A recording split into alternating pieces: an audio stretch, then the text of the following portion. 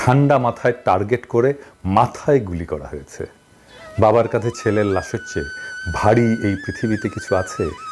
বিচার কাকে দেব? আল্লাহর কাছে দিলাম। আমার আল্লাহ কখনো কারোর সাথে অবিচার করতে পারে না। হাসরের ময়দানে বিচার করবে আমার আল্লাহ।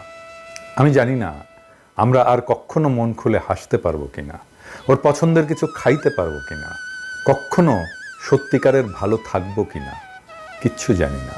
শুধু জানি আমার ছোট্ট ভাইটা নির্দোষ।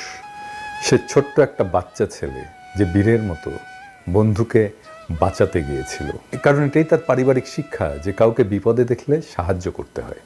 কখনো আর ভাইকে দেখতে পারবো না, জড়িয়ে ধরতে পারবো না, গালে কপালে জোর করে চুমু দিতে পারবো না, আর কখনো বলতে পারবো না টুনা কয়েল ধরায় দে, টুনা পানি দে।